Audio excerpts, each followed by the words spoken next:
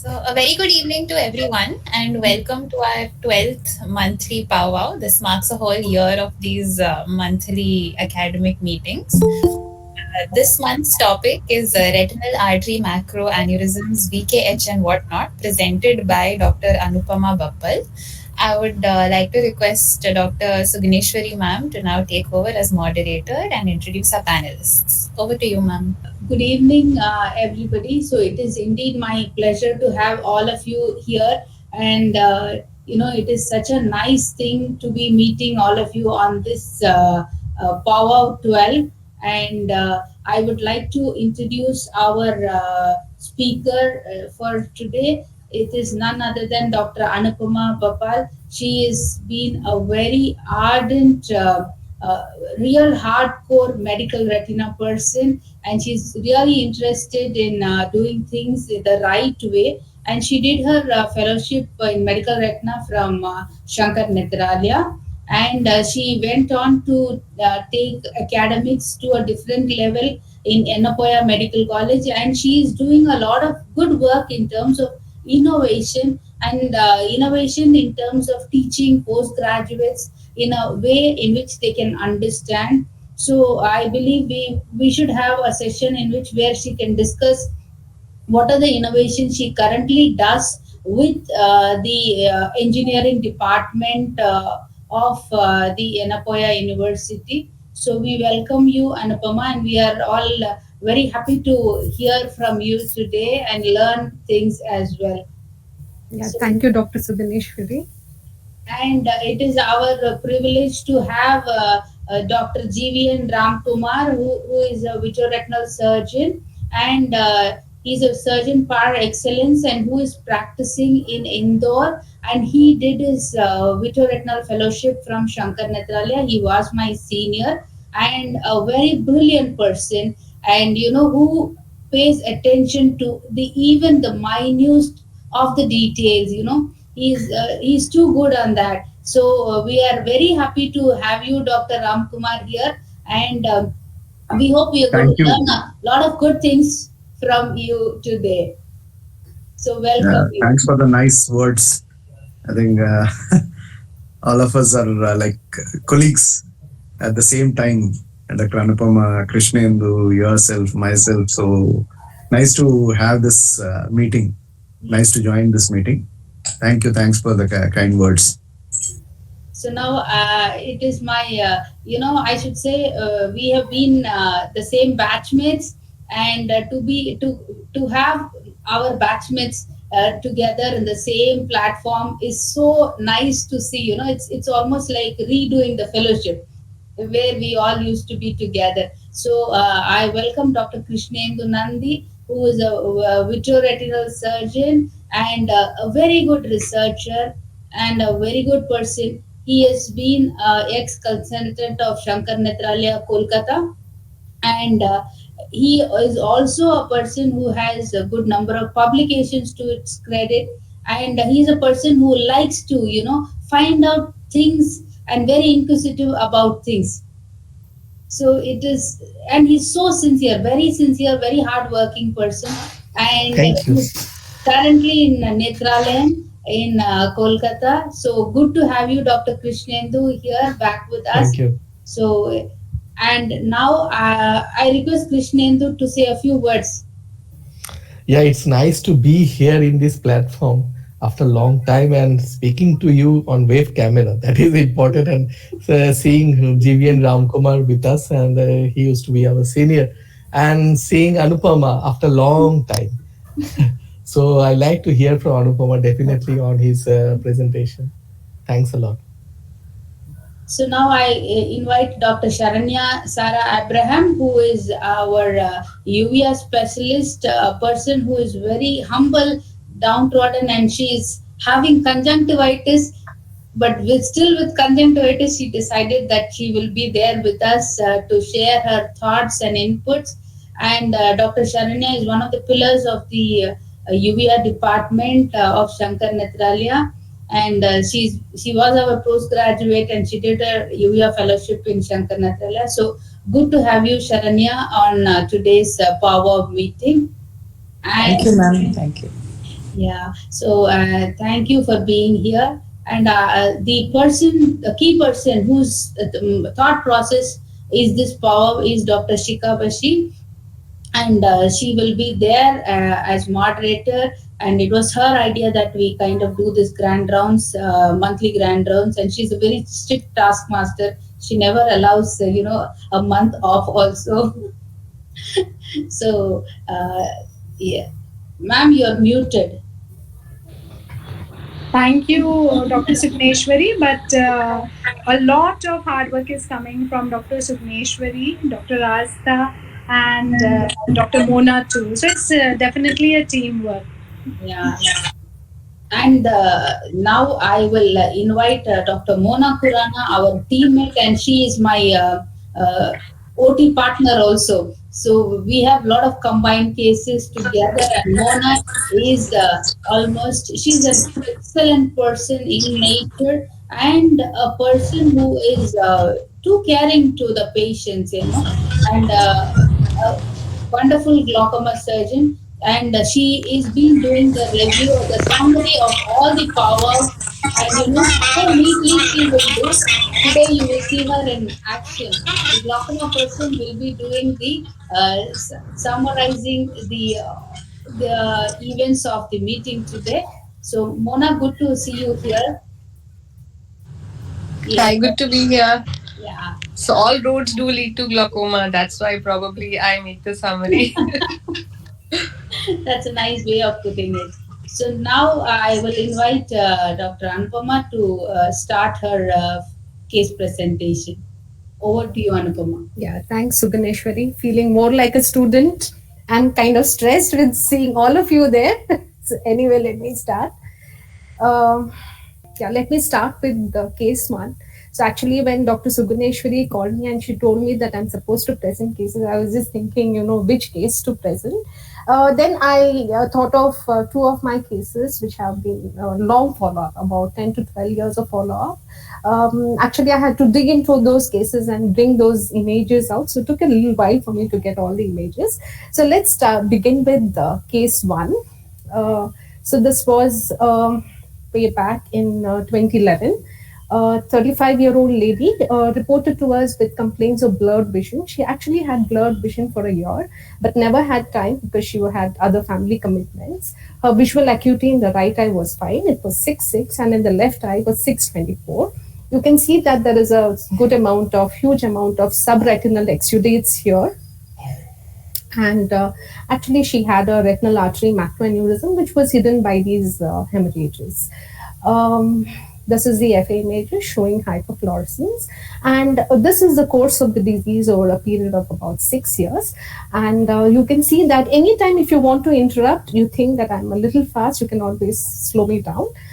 So this started in 2011. Her vision was 618, and you can see that there is extensive heart exudates here. So every year I gave her laser. Focal aneurysm was done every year. And in 2012, her vision continued to be 618. The aneurysm saccular, and it became more well defined in the sense the hemorrhages disappeared. But what I noticed was there was a lot of exudation along the aneurysm, whereas the exudation in the macular areas gradually started resolving. Now, this is in 2014. Her vision was 618. You can see a little bit of fibrosis that is happening. 2016, luckily for her, vision improved and to 612. And similarly, 27, it improved to 6.9, and in 2017 to 6.9. Now, what happened is in the macular area, the exudation totally resolved, but whereas the exudation increased around the aneurysm, of course, the aneurysm became fibrotic in 2017, and last visit was 2023 is what I remember, where the vision continued to be 6.9, but all this was totally fibrotic. Even the exudates were fibrotic. So this is the FFA, or in 2012, you can see that there is an aneurysm and the multiple small aneurysms too. The FFA in 2017, if we have to discuss about this later.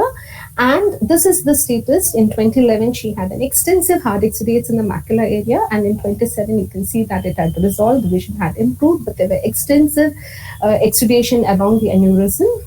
which had been, and the aneurysm had become fibrotic. So last visit was October 2023. Retina was stable. Uh, so this is the end of case one. I hope it is not too short. And so luckily for her, the exudates in the macular area dissolved, and I was wondering why was that? It was just around the aneurysm. It's probably the fibrosis of the vessel wall alters the hemodynamic nature of the aneurysm. So anybody has any comments? I just want to ask you two, three things in this. Don't ask me tough questions, Ram.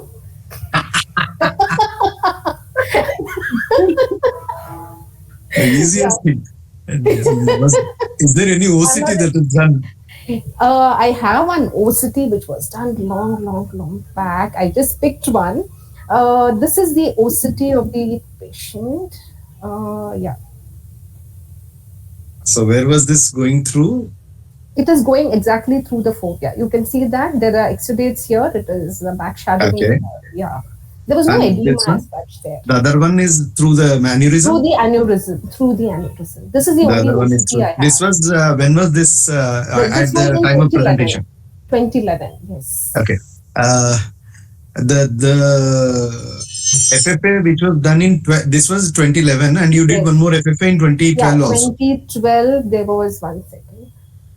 2012, yeah. So, have you come So the across? FFA, the FFA which was done in 2011 was not showing many aneurysms there. I could not get that 2011 FFA I had, but Yeah, you showed that first one was a 2011. yeah, no? but I don't. So in that there were it no. wasn't showing. Correct. Yeah, so after that there were many aneurysms when you did the FFA again in 2012. Correct. Yeah. So and I just want to know what were the settings used for laser. This was way back, almost 10 years back. Maybe the Okay. spots. Only thing is that see, we want to block the aneurysm. That's what we aim at. Yes. Okay. So if even if that is not leaking, or even if that has got blocked, if it is showing exudates, that definitely it means there is leakage, either from the active aneurysm still, or the new microaneurysms which are seen in the other part of the superior quadrant. Yes. So the exudates themselves, they mean that there is leakage. Did you consider giving any injection anytime? No, I haven't given any injection. Yeah. The vision was improving. Yeah. So that is why I have never. 2023 you had the last follow-up. So Yes. the photo which you showed in 2017 was having lot of exudation which is not crossing the superior arcade. Yes. So is there anything like it trickled down to the fovea in later follow-ups, or it just remained there or got fibrosed? Which one? No, that remained there. It just remained confined to that area. Fortunately, usually it happens like if at all there are active exudates, that trickles down to the fovea even after that. Yes. So This never came what I down. feel is that the other aneurysms started leaking, the smaller ones, which have come up afterwards. Okay. So maybe increasing exudation, further OCTs through that area, and doing kind of sectoral laser in this area would have prevented further exudation from happening. That's what I Is it feel. coats? Do you think it is kind of coats? Yeah, See, that is what coats shows abnormal vasculature. Like if you look at the FFA picture, this vasculature is not looking bad. The coats kind of vasculature is pretty abnormal. You can differentiate, like when you see most of the times it is unilateral, and when you compare between the two eyes only, you can differentiate. So that abnormal vasculature is not there here. And this Ram, if you see this patient, her FFA is not the wide field, Her FFA is 55 degree. If we see, we have only the posterior pole here. And also one more thing is, when we talk about retinal arterial macro, and if that was her diagnosis, we wouldn't be having repeatedly again and again. See the size also, when you see the size of it is like this is, it is quite small. Okay, and repeated recurrences would not occur, and so much of exudation when we see, it is mostly in favor of a coach, because this is a female patient, right, Anupama? It is a, yeah, female patient, 35 Female. year old female, not a hypertensive. Yeah, so she is a female patient who is having these kind of pattern, because we get to see nowadays many of these patients who have these kind of codes which is not there in the periphery but can be in the center, but which keeps on recurring, and sometimes it is very difficult to handle these patients, because they tend to keep moving more posterior and posterior as you approach.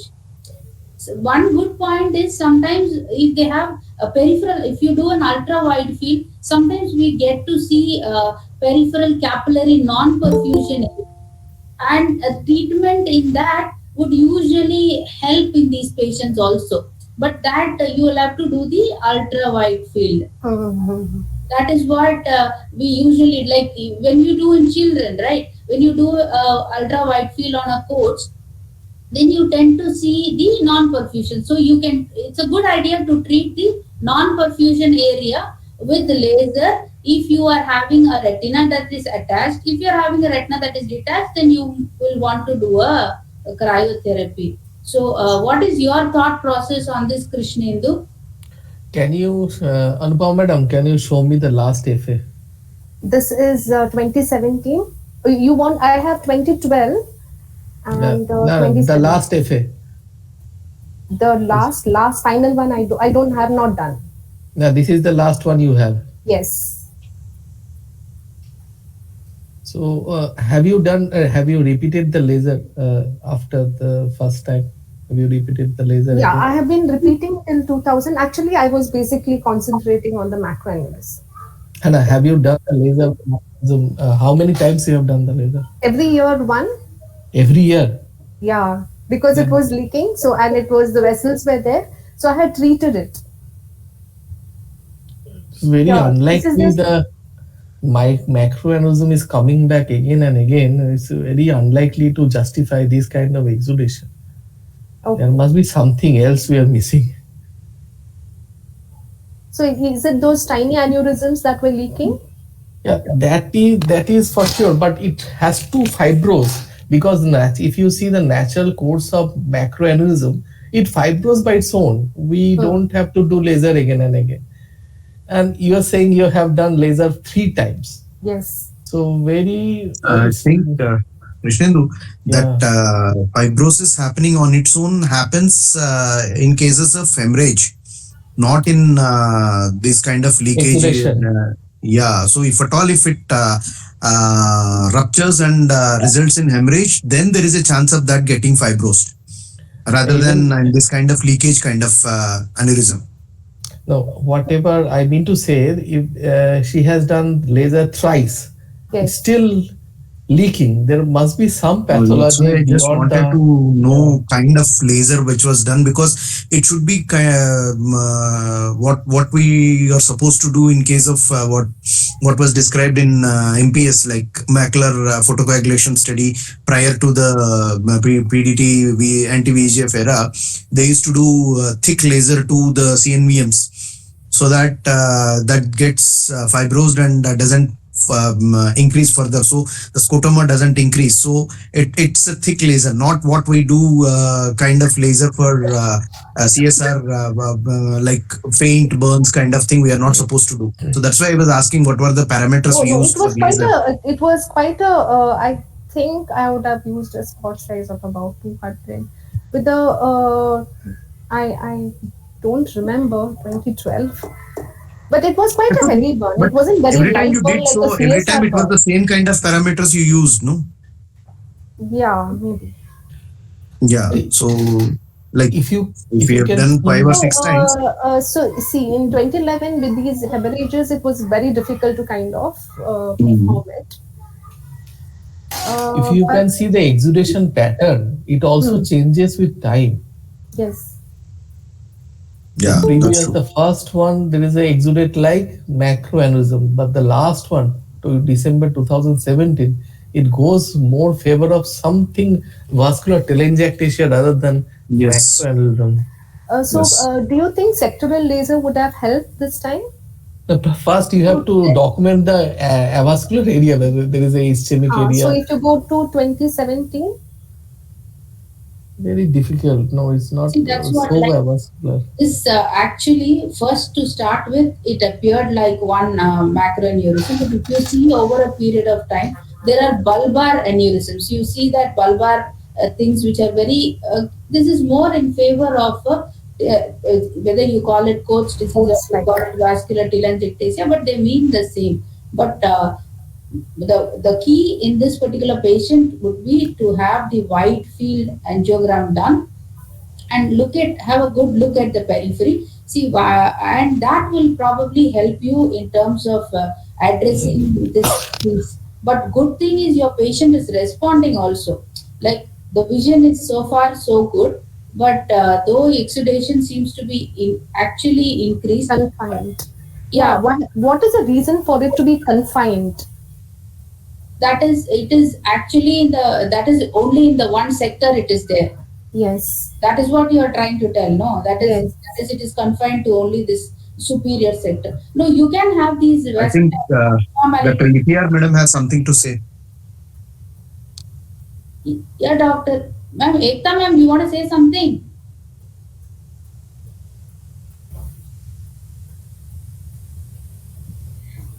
Hi. Hi, Hi. ma'am. Nice case, Anupama. I'm just looking at your FAs that there's another beading in the vessel forming superiorly. So the exudation is moving more superiorly. Uh, Ma'am, which FA are the you lower talking about, pictures. ma'am? No, this is 2017 FFA Okay, matter is 2012, no 2017. 2017. Yeah, so in these lower pictures, you can see there is even a superior one more macroaneurysm is forming if you're going further away upper temporal. Yes. So a wide field angiography is important because you need to rule out IRWAN here. Okay. Look at the disc also and whether there is any role of steroids and laser to peripheral ischemic areas, CNPs. But disc here is not edematous, no ma'am. The patient is actually the It may not be just edematous, it may be mildly, but how is the disc behaving in the late phases? That's what you need to check that as well. but here her disc is all appearing all right in this picture, whatever she's shown so far. Because I have seen patients with recurrent macroaneurysm happening at many locations, Mm-hmm. and they do present with Coats-like response. Yes, ma'am. So these patients usually have vasculitis also. Then, but only thing is the except for the aneurysm, so it can be IRWAN also. But if we have a disc that is leaking, if that is a leaking disc, or if we have some kind of a vasculitis picture, I think this ultra wide field will throw more light to understand this disease if we are able to access, if she has an access to that. Exactly, the peripheral non-perfusion would be the key. Oh, I do not have access to ultra wide field. Thanks. An angioscopy will also be a little difficult to pick up a capillary non-perfusion to see other if sometimes if we don't have access to wide field, angioscopy is one thing which initially in the olden days people would do, but that is, it is very difficult to kind of image the periphery with your 20D to do an angioscopy. That's another option.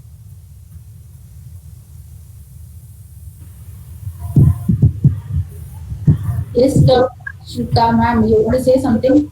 Yeah, not at all related to what and this exotic case that Dr. Anupma is presenting. A very, very basic question.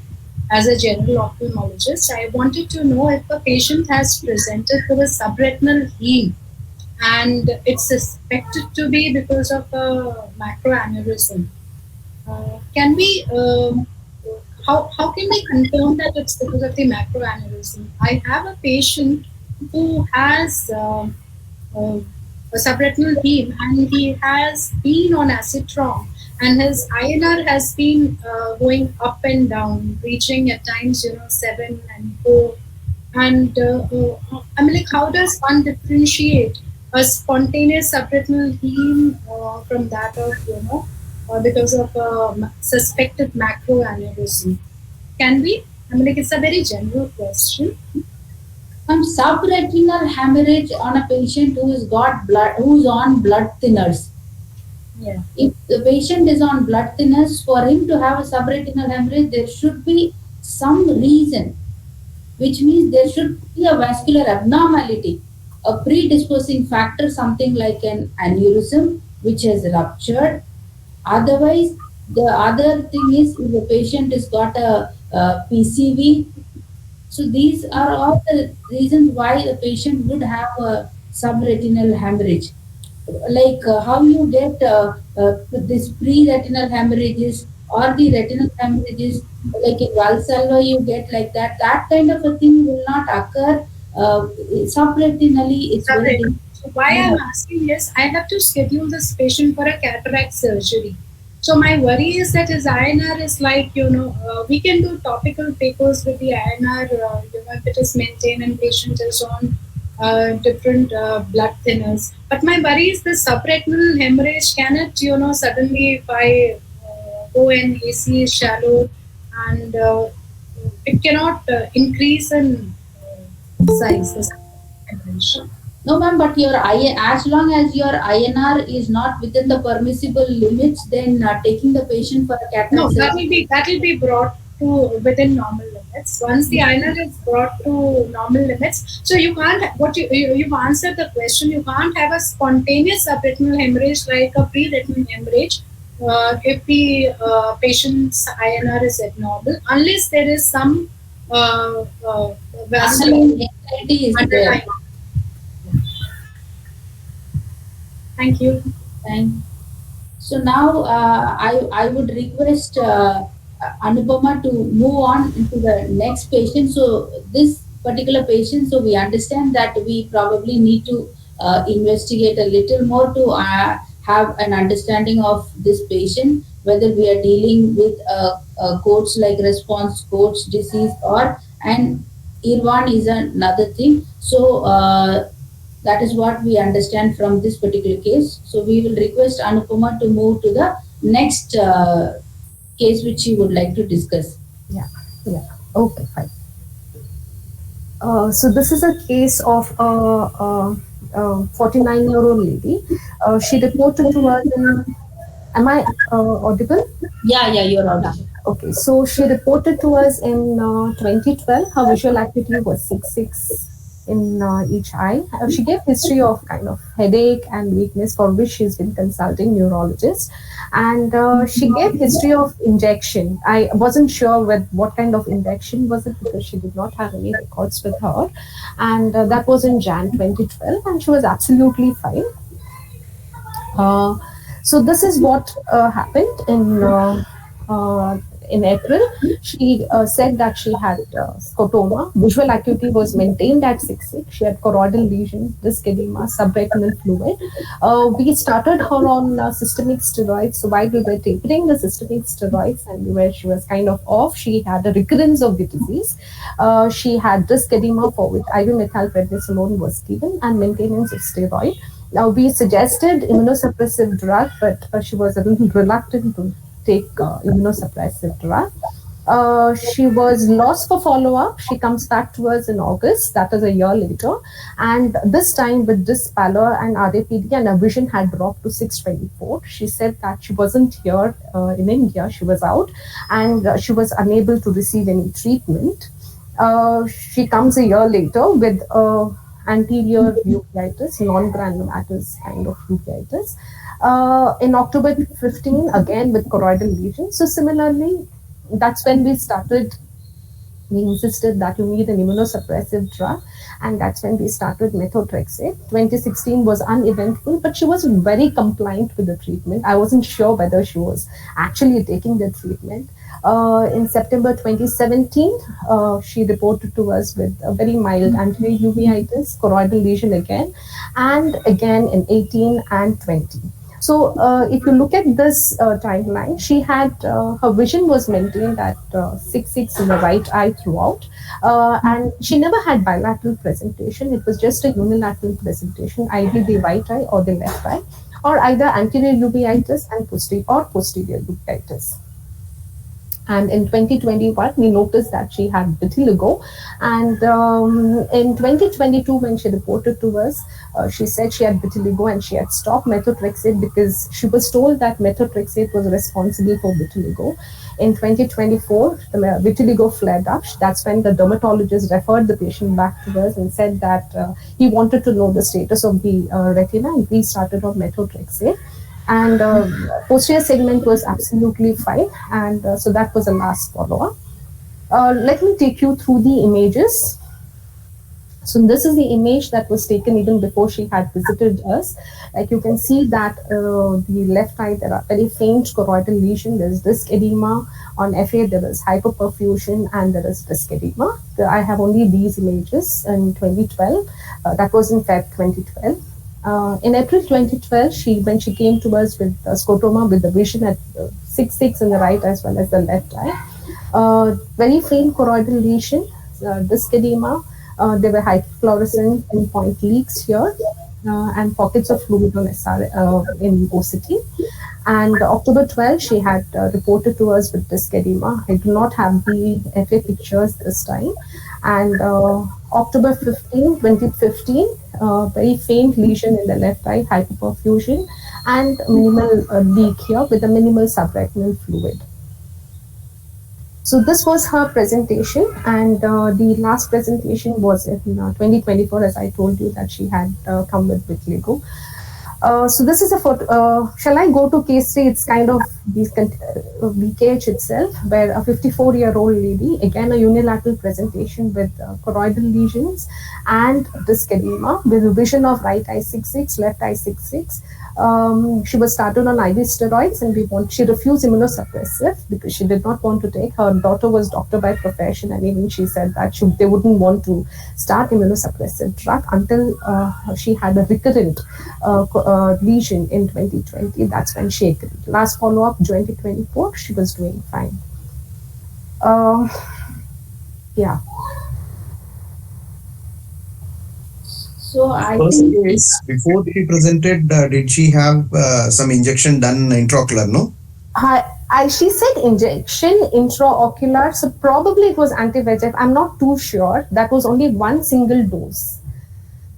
Yeah, but still, there are reports of sympathetic ophthalmia happening after the injections also. So, with a history of injection, that was in the okay. Yeah, with the history of injection, we can always give it a name of sympathetic ophthalmitis rather than VKH.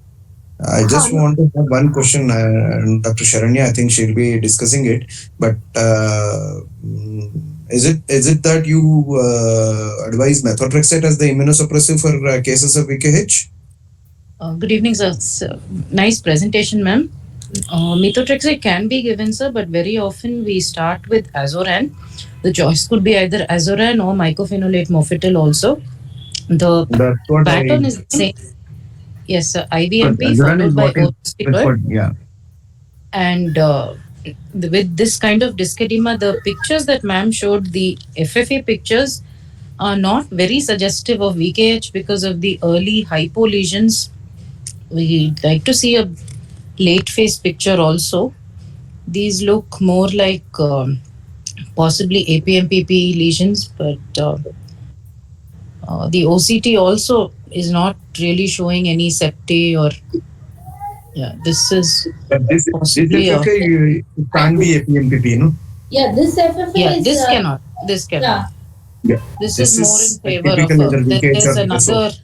there's another image also later in the left eye.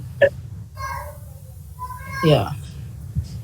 There are choroidal folds. Choroidal folds are one of the earliest signs in favor of a VKH, but the angiogram is not really showing pinpoint leaks or pooling.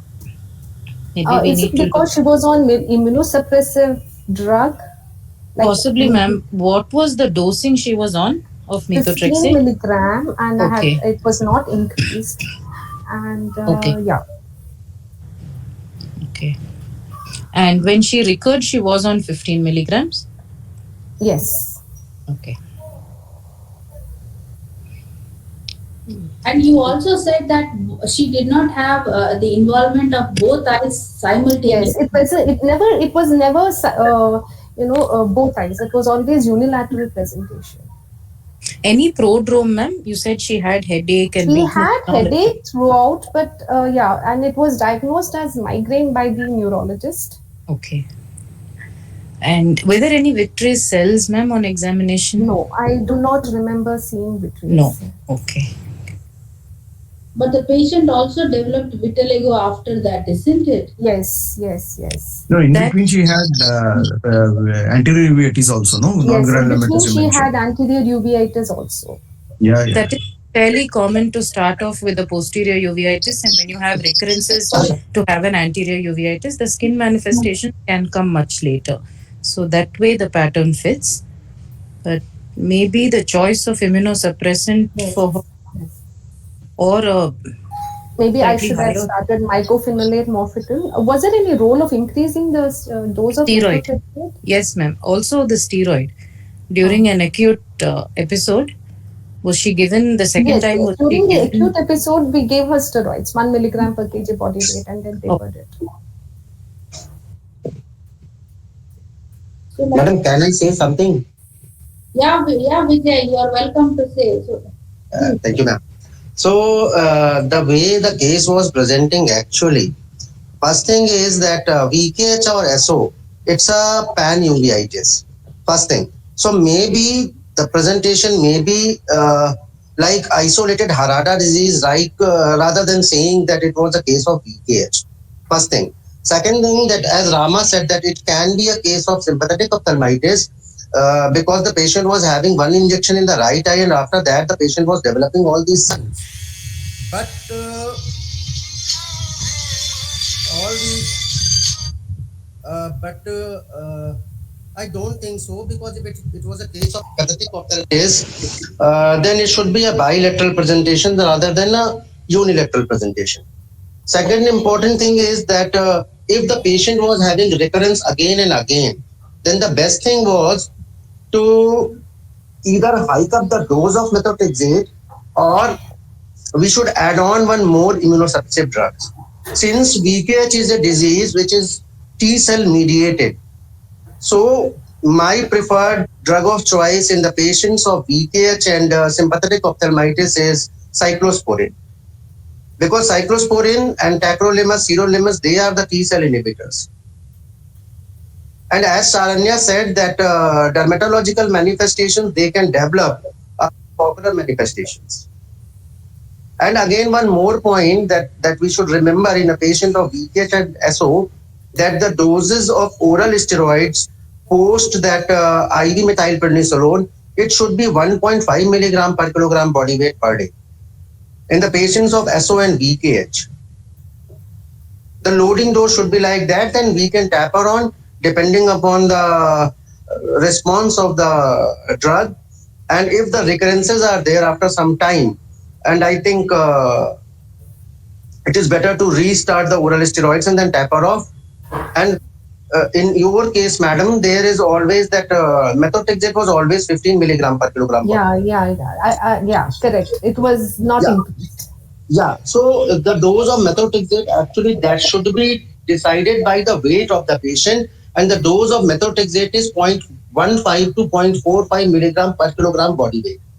So if a patient is obese and his weight is around 70-80 kilogram, at that time this dose is not sufficient. And if we will increase the dose of methotrexate up to the level of 20 milligram once a week, then the oral absorption of methotrexate is highly unreliable.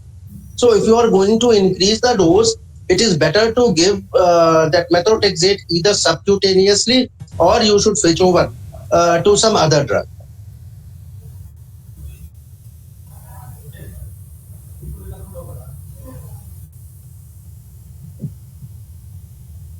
So now, if we think that this is a sympathetic ophthalmia, then how do we explain the vitiligo that has occurred in these patients?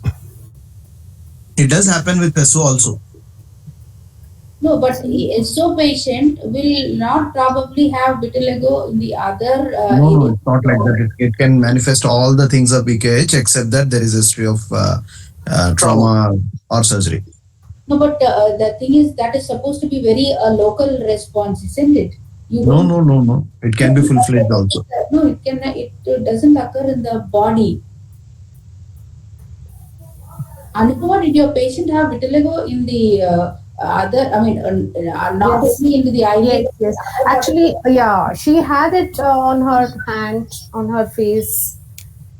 So these were new developments. Ma'am, Yes. the injection was in the right eye. Injection was in the left eye Left in eye. 2012 Feb. Okay. But then subsequently she has had inflammation in the left eye also. No? Left eye also. Left eye as well as right eye. Yeah. So unlikely sympathetic, I would think. So we have Dr. Ekta ma'am is there. She has written, published the article on sympathetic ophthalmia. Ma'am, are you there? Yes, Sugneshwari. Yes. So now you can tell us your thought process on this. Well, since the inflammation, what we saw was beginning in right eye first, and she was being treated in left eye already. We don't know the left eye how it started. Ma'am, this is the image of the left eye when it started. Mm-hmm. Somehow unlikely because there was no history of trauma. It just started and then there was an injection given, right? Yes. So although the right eye FA picture was definitely looking like SO, but what Saranya is telling, I feel that also sounds good. Maybe an ICG also will help.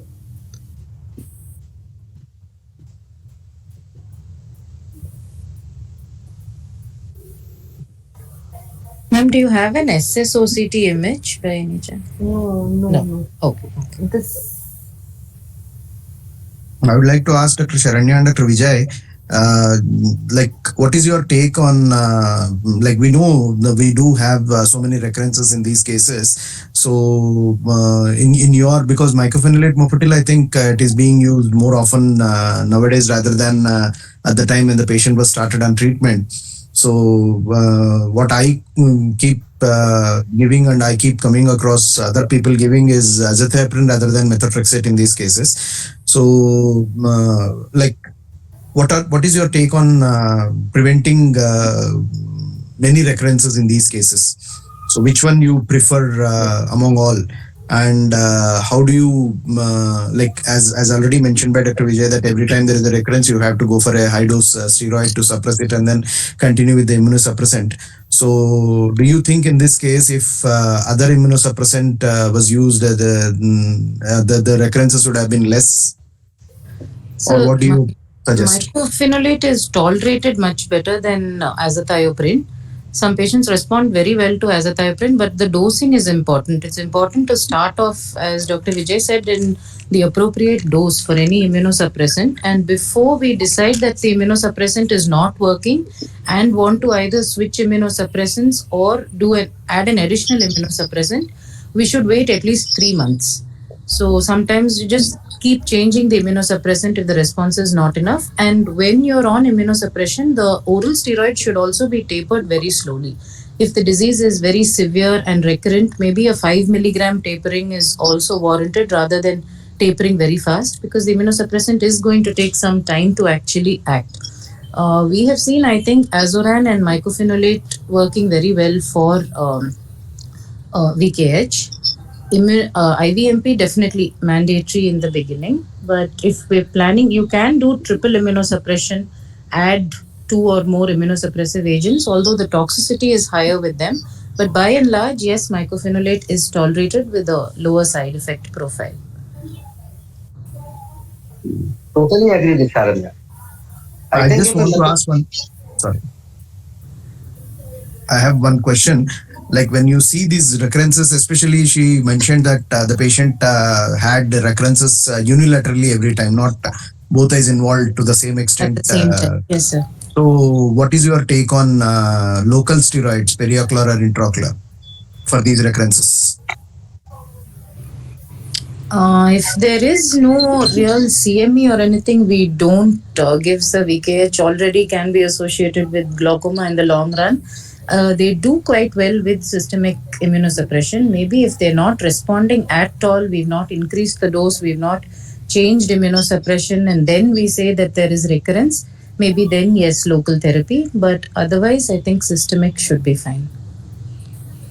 Now, I have one question for Sir, you, Sharanya, that when you are deciding that this patient is not responding to the immune suppressant, do you have for every particular immune suppressant that you are giving, like for instance, if you are giving MMF, you would like to know the that is this patient is not responding, is a non-responder. So when do you call the patient non-responder in terms of individual drug? Like for MMF, what is the cutoff value, and like for instant methotrexate or azothioprine. So if because this is something very useful for people who are practicing, most of the retina specialists end up having these uvea patients, and they Yeah. start they I mean it becomes a necessity for them to treat. So if you can guide them on this kind of a pattern, it will be very helpful. Ma'am, it depends really on the onset of action of the drug. By and large, we take 3 months as our cutoff. A lot of patients with VKH are also very steroid dependent. So they do well on immunosuppression and steroids as long as the combination is there. The minute we wean off the steroids, they recur. So sometimes it could just mean that either they are totally not responding to the immunosuppressive and it is only the steroid that has kept the disease under check, or it might mean, like maybe in this case, you need to add a slightly higher dose of the immunosuppressant. So you will have to try, give it 3 months time. During that 3 months, don't take off the steroid completely, taper very slowly, and at the end of 3 months, better to see, especially if you have an SSOCT or an EDI OCT, to see the activity in the choroid, because sometimes you can even have a subclinical recurrence without any actual ocular manifestation. You can just have a thickening of the choroid, or you can have choroidal folds, which are again telling us that there is disease activity, and that will tell us that we must probably increase our steroid or add or increase immunosuppression. So I would say 3 months before we decide on any change in medication. So the usual norm is like VKH means the presentation has to be bilateral. But how often do you people also see unilateral presentation where only one eye is involved, other eye is not being involved? I mean, if we are very clear, we rule out a CSCR. That is also Yes, another ma'am. thing. Yeah, Yes, you rule yes. out a CSCR. Then, in that case, how often do you get to see unilateral presentations of VKH, or one eye leading the other eye?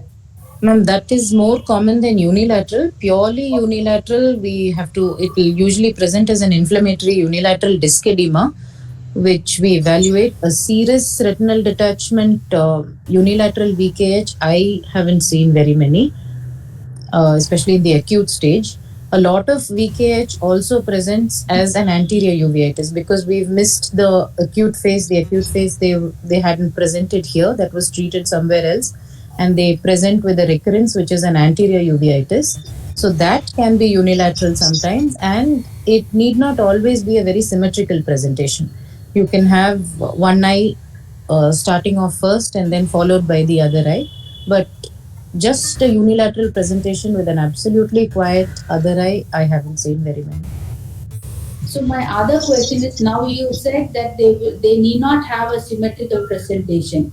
If assuming that you had given an IVMP for a patient with one eye having a problem, the other eye not having so much, But when the other eye starts having a problem which goes into an acute phase, so do you re-give the IVMP again?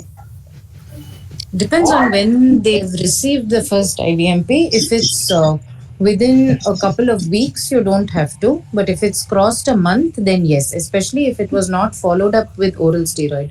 Many times it's IVMP given and then they haven't got sufficient oral steroid. They'll be started on 40 milligrams or some much lower than therapeutic dose of oral steroid. In that case, you can decide to either give full dose of oral steroid if the IVMP was rather recent. If it's crossed a month, you can repeat. So that is a very good message what you have conveyed. That is one should be there for us not to rush in with an IVMP, one more second dose of IVMP. So that is a good one. Dr. Vijay, would you like to add something to this?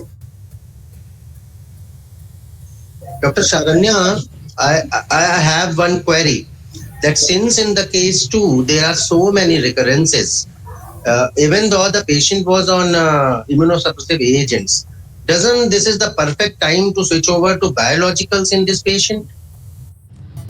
I think we should give the patient a fair chance with immunosuppression, either increase the methotrexate or try with one of the other agents like Azoran or MMF before we decide that they have failed immunosuppression to shift to biologicals, because there are a lot of systemic risks with biologicals. So with one immunosuppression, biological, if at all, because my experience with adalimumab in these cases was not good actually. Yes, sir. But so that's what we give, sir. That's what we recommend. Two patients, they finished 12 injections, but in the end, I had to continue them with azathioprine and repeated steroids only. So they did well with that only. So somehow in VKH especially, biologicals are not. Yes, it should be the last resort if they're really not responding to anything. They're not that effective also as such, whatever that I have seen. Somehow. If they're not responding to others, they're not responding to biologicals also. Yes. 2 of my patients, they finished 12 injections.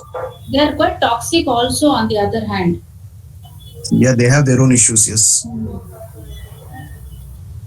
But Madam, Sycamore study has clearly established the safety profile of adalimumab, particularly in a JIA-associated uveitis patients.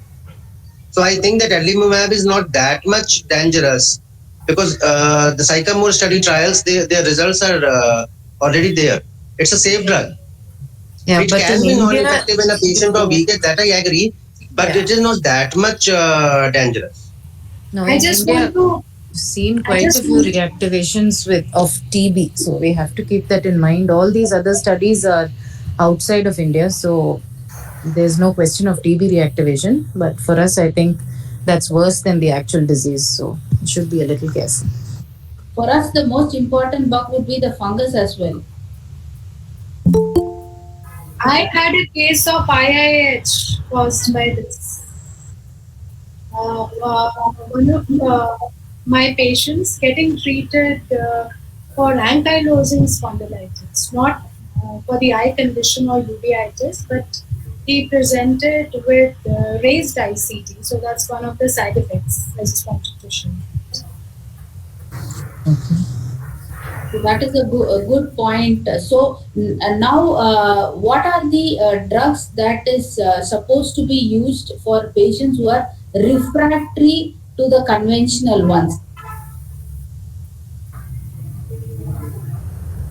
So if you have a case of refractory, I think Dr. Sharanya has already mentioned, like after steroids, the preferred ones in VKH are Azoran and azathioprine and mycophenolate mofetil.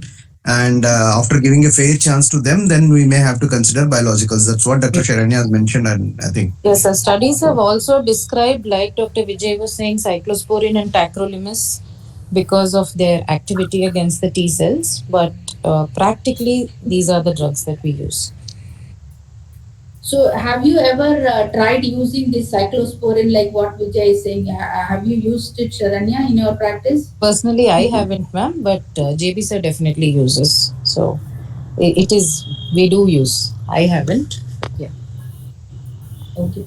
So then, so that is really nice to hear and understand how and what are the things that is to be done, and how often would you recommend an angiogram being done in these patients,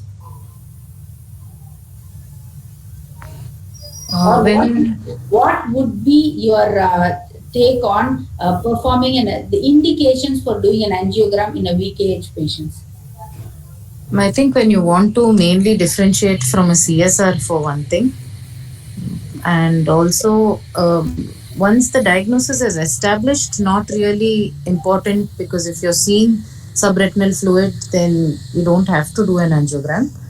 But if maybe to make the diagnosis, yes, after that, following up with an SSOCT is fairly good enough. It helps to monitor the activity in the choroid. Ideal would be an ICG, because those hypospots that you see on the ICG are also an indication. It tells you about the choroidal hypoperfusion much earlier than you can see it on an angiogram. So if you have only a disc edema and you are suspecting clinically bilateral disc edema, you are suspecting some activity in the choroid, an ICG would be better than an angiogram. But if you're seeing some amount of fluid and you're quite convinced that an FFA will pick up something, maybe for diagnosis sake, repeating not required unless there is a recurrence and you want to know where the pinpoint leaks are. But otherwise, it doesn't change anything. The disc will leak, and you will have pooling if there's fluid. So now, if the patient while on therapy develops a CSCR, how exactly, I mean, what are the things now you would want to do on your patient?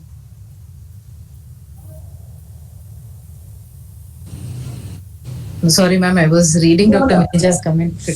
no, no. What I wanted to know was if your patient developed a CSCR while the patient is on steroid therapy. So now, what would you like to do to that patient?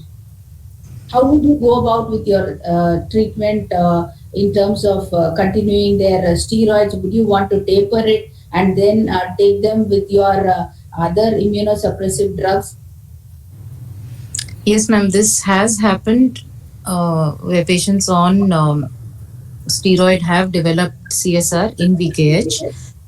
Taper as early as possible, as soon as possible, but and also very clearly explain to them that they have a chance of developing CSR and everything, and then maintain them on good immunosuppression. Like if you need to use two drugs, you could, but they need to be on very long term immunosuppression. So now, when you want to taper, how exactly do you taper? Do you taper them as 10 milligram? Do you taper them as 5 milligram? Or weekly tapering, or you do 3 days tapering? How do you exactly do? Really depends on the severity, ma'am. So after IVMP, we see them on day one of IVMP and then again on day three, and then decide how to start our steroid course. Because usually by the third dose of IVMP, clinically there is some resolution. If there was fluid, even disc edema, it depends on how early they are presenting. Sharanya, I was asking if CSCR has developed, how do you taper? Oh, if CSR. Okay, Yeah. ma'am. So if there is CSR, then you really have to decide how much of it is inflammatory and how much of the fluid is CSR. And with the retina colleagues, we taper as soon as possible, expecting that there will be a recurrence, and make sure that the immunosuppression is high enough to cover for when the steroid is tapered. We don't abruptly stop the steroid even if they develop a CSR in between. So that tapering is what I wanted to know. What would be your tapering, or how exactly you go about that? 10 milligram, ma'am. If they are on a higher dose, then maybe 10 milligram. If they are on a slightly lower dose, even 5 milligram tapering is okay. So that is a good point that you have actually highlighted, because that is another thing which we all should know. If a VKH patient develops a CSR, how do we handle? Because we will have to treat both the diseases. Otherwise, you may end up having a bullous retinal detachment, and that becomes difficult to handle also. So I would like to ask now a question to Dr. Krishnendu or Dr. Ramakumar as to, at any point in time, have you was there a need for you to operate on a patient with VKH? No, never.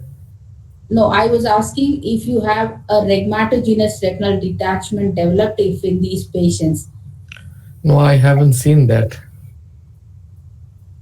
Ramkumar, Not exactly VKH, but yeah, inflamed eyes. I did see detachment, rheumatism detachment happening, and I did operate. And like most of the times, I like when I know prior that there was inflammation, I go for a 5,000 centistokes oil, and I don't plan to remove the oil most of the times, especially these viral retinitis related detachments. So as such, VKH related rheumatogenic detachment, I haven't operated till date.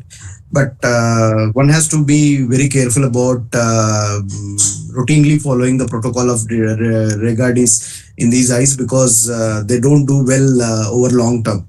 So one should be very skeptical about removing oil, or like keeping the lens over there, because if it is like even slightest changes of cataract, better to remove that at the primary surgery of the vitrectomy itself, because after that that is going to pose many issues. So it should be kind of a clean surgery, and be careful about recurrent inflammations. That's what I prefer. Dr. Ekta ma'am, do you have any comments on operating on a patient who has had a VKH developing a rheumatogenic retinal detachment? Well, long-standing VKH with these sunset globe funduses, they sometimes tend to have, they present first time and they will be having tractional as well as sometimes they can present long-standing rheumatogenic detachments also, because exudative detachment is pretty common. That can lead to subretinal fibrosis, and then it's more of retinal folds, traction, and then depending on the traction, that can also cause a rheumatogenic component. And these eyes are difficult to operate because inflamed eyes, they don't give you that much of contrast as well. Retina is pretty thinned out, and if it's not a rheumatogenic detachment, always try not to have a retinal break. And many a times I've just settled them with those same old folds of retina. But rheumatogenic detachment, yes, sometimes the 5,000 centistoke oil works better. And always operate with good inflammatory control. So that is the key take here, like operating. I mean, the challenges in attending to a patient with inflammatory eyes, taking them for a retinal surgery is quite a nightmare, and it will give you sleepless nights to do so. And yeah, so Dr. Shikam, we wanted to say something. I just wanted to ask whether the visual fields was done. I know it's VKH, but visual fields, how was it? The patient did have this edema. No, visual fields was not done then. So, I mean, there can be other causes of risk edema also in these uveitic eyes. I know you are very sure about your diagnosis, but at times there can be. I just want to share that a lot of discussion is going on in other neuroophthalmology groups of patients having hypotony, and along with hypotony, raised ICT because of this off and on steroids. So very rare situations, where the disc edema could be raised ICT because of the steroid on and off, or because of hypotony, or because of both. So, disc edema in uveitic eyes can be a very challenging thing. So, it's always better to have visual fields and understand the mechanics of what's happening around the optic disc. Because management of this raised ICT in a, if there is associated hypotony in chronic uveitic eyes, I'm not talking about this particular case, that's a totally different ballgame. So, uh, just wanted to say that it will be nice to document the optic nerve function tests also in these cases, and be very clear about the cause of this disease. And That is a real good point. I think with that, we come to the end of the session. So now I will invite Dr. Mona Kurana to kindly summarize the important points of this particular webinar. And it is indeed, we must thank all our panelists and our audience who have been really overwhelming, to come up with so much of points. And there's been real lot of good learning points. It is so nice to have all of you here, Dr. GV and Ramkumar, and Dr. Krishnendu Nandi, Dr. Sharanya, and Dr. Ekta ma'am. She was really a surprise today to have joined. It was so nice to hear from Dr. Vijay. So let me invite Dr. Mona to kindly summarize the points. Good evening, everyone. Please excuse me for my voice today. So, yeah, we had a very interesting series of cases presented by Dr. Anupama. They were all excellent and thought provoking. What was common was that they were recurrent with atypical presentations. So, the one with the recurrent retinal artery aneurysms, it recurred despite multiple lasers. It just brought out the importance of what everybody unanimously agreed on was the role of ultra wide field imaging in such cases to pick up areas of CNP which can then be treated. And sometimes it's like a coat like disease. And Dr. Ekta pointed out ruling out IRWAN and looking also at the disc. And it's always important to get all the pieces of the puzzle and put them together and don't stop until they fit together. The second and third cases were again atypical VKH. You may need to rule out sympathetic ophthalmia, as Dr. Rama suggested, and yeah, sorry.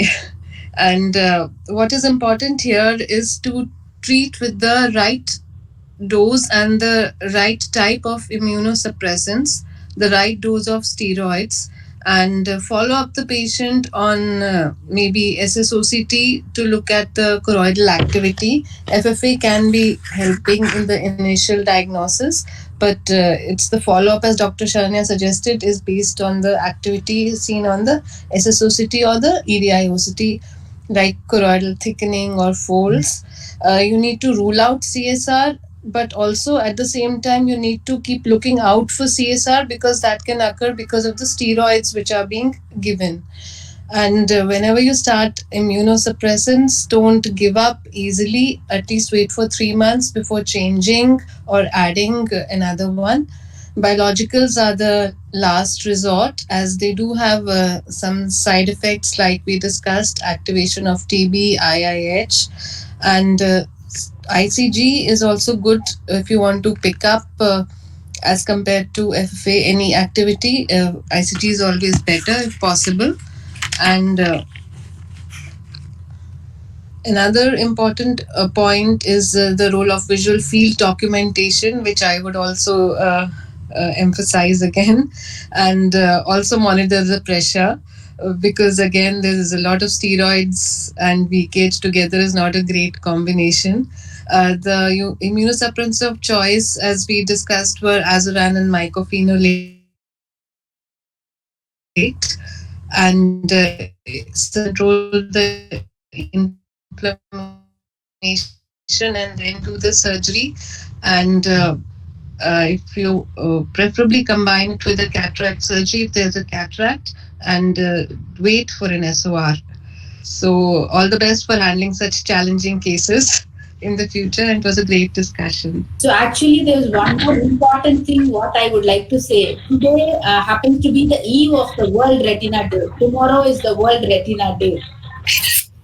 So this becomes the most important meeting on the eve of World Retina Day to be here together discussing important cases. So thank you all of you. It was really such an enjoyable session and we got to learn so much.